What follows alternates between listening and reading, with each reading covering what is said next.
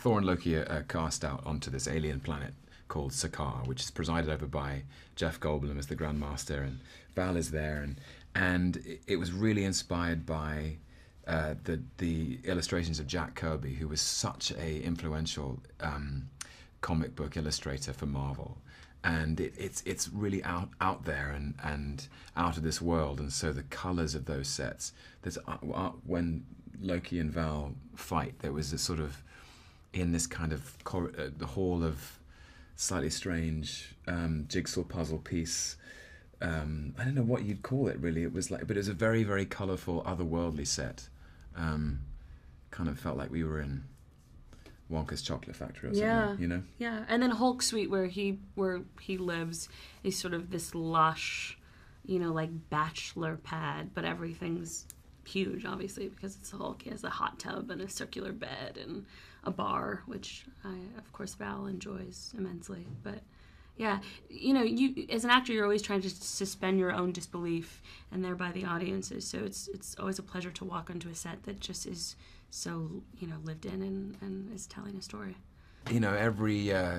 Every film there's an evolution of the relationship between Thor and Loki, and Taika Waititi, our director, has infused that brotherly feud with so much humor and so much spirit, and it's kind of time to ring the changes, because there's only so long that those two can basically fight and try to one up each other, and actually the stakes are so high that they need to change things up between them a bit. You'll see. I think Taika's I think he's immaculate, really, at capturing the spontaneity of improvisation, and that's what he loves most about being a filmmaker, is understanding the structure of the story,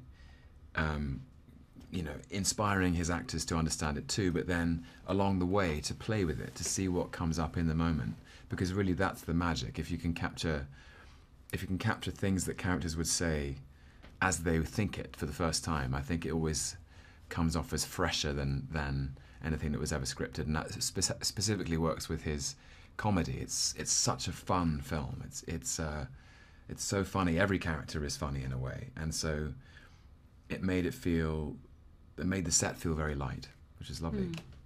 These films present a world of challenges, but ones that I was really eager to tackle. Just the physicality and learning how to wield a sword and to gain muscle mass, and the challenges of working, on green screen and having to create this whole world, with imagination, all of that stuff. But, it's daunting, and that's why it's fun, I think, at least for me. It feels tremendous, and hopefully not just by little girls, by boys too. I think it's important that boys look at female characters and think it's something that they would like to aspire to be. I think that's really important. And I have the added benefit, I think, of being able to present a character that wasn't necessarily historically represented this way. And so there's a host of young women that look like me, and their mothers write me and say, we're so happy that our little girl gets to see a woman that looks like her on screen.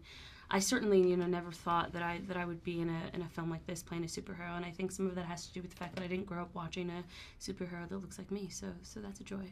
No.